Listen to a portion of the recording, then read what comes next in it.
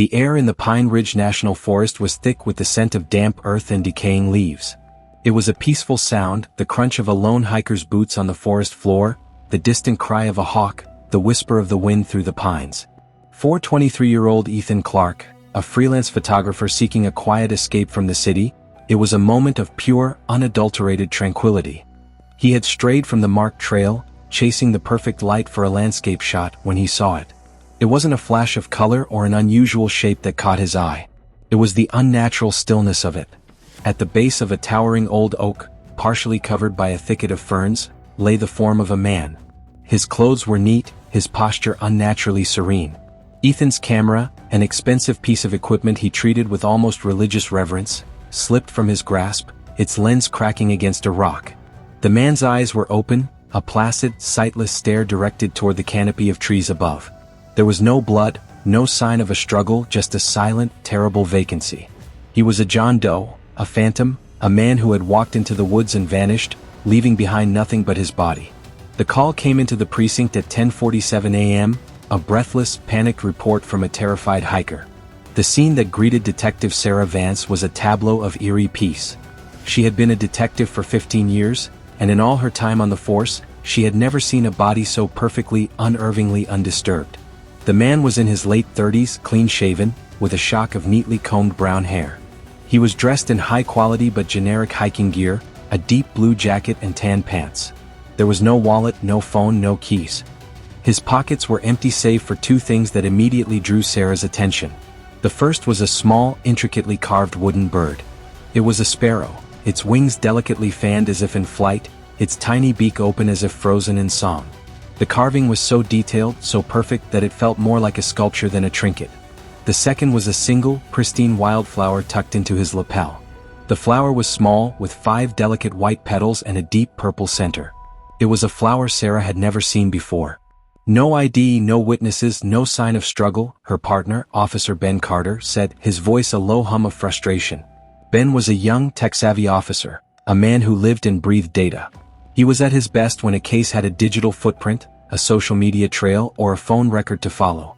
This case had nothing. He didn't die here, Sarah said, her eyes tracing the perfectly composed scene. Look at the ground. No scuff marks. No disturbed leaves. No signs of a fight. And the body, it's too clean. He was placed here. He died somewhere else and someone brought him here. The autopsy report, which came back 2 days later, confirmed Sarah's suspicions and added a terrifying new layer to the mystery. The medical examiner's report was a masterpiece of scientific precision, a collection of facts that, when put together, created a chilling portrait of a silent, calculated murder. There were no visible signs of trauma, but the internal analysis revealed a lethal dose of a rare, fast-acting neurotoxin. The poison was so obscure, so difficult to detect, that a less experienced medical examiner might have missed it entirely. This wasn't a crime of passion. This was a crime of professional precision. The case was officially a John Doe homicide. The media called it the Puzzle of the Pines. The department wanted to put it on the back burner, a cold case before it was ever warm. But Sarah Vance was a woman for whom unsolved was not an option. She started with the only 2 clues she had, the wooden bird and the rare wildflower. The bird was the first lead. She took it to a small, dusty woodworking shop on the outskirts of the city. The shop was run by a man named Elias Thorne, a master craftsman with a face as weathered as the old wood he carved. Elias held the bird in his gnarled hands, his thumb tracing the delicate lines of its wings.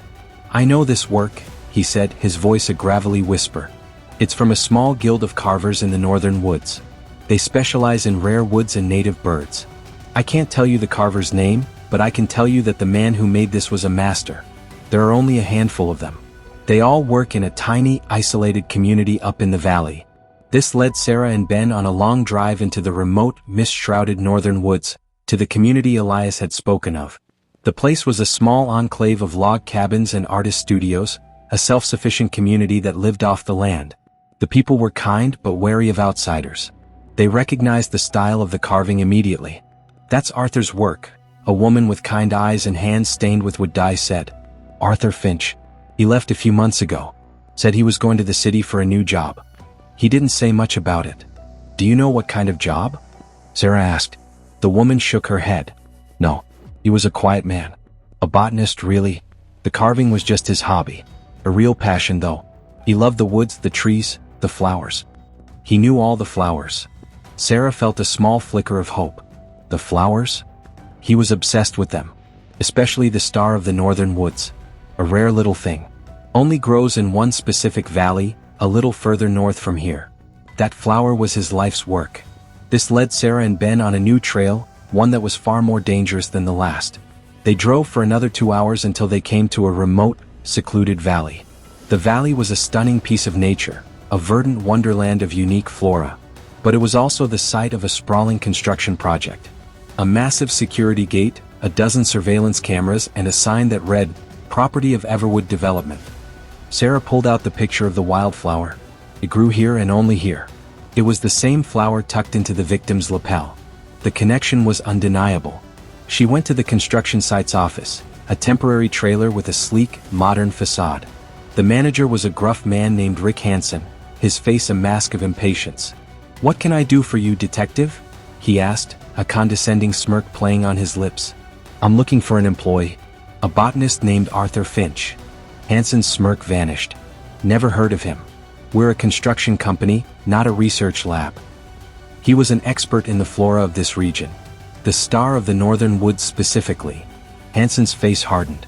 "Look, detective, we have all our permits. We're doing everything by the book. Now, if you'll excuse me, I have a lot of work to do." Sarah left the trailer with a cold sense of dread. The man's reaction was too strong, too defensive. He knew something. She also noticed that he had a small, faint scar on the back of his hand. It was an insignificant detail, but her instincts told her to remember it. Back at the precinct, Ben was hitting a dead end. The name Arthur Finch came up with almost no digital footprint. No social media, no credit history, no known relatives. It was as if the man had never existed. He was a ghost. "Wait," Ben said, his fingers flying across the keyboard. "There is one thing. An old, dismissed missing persons report. It was filed a few months ago by a woman in a nursing home. The case was closed because she was deemed unreliable, rambling about her son. His name was Arthur." Sarah felt a jolt of electricity. This was it. The missing puzzle piece that everyone else had ignored.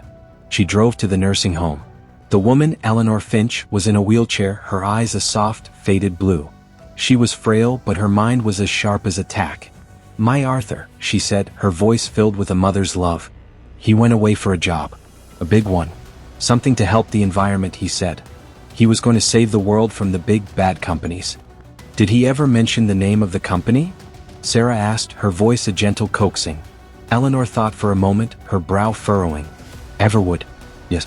He said they were buying up all the land in the valley. Said they were trying to hide something." A chill ran down Sarah's spine. "Did he find something, Mrs. Finch?"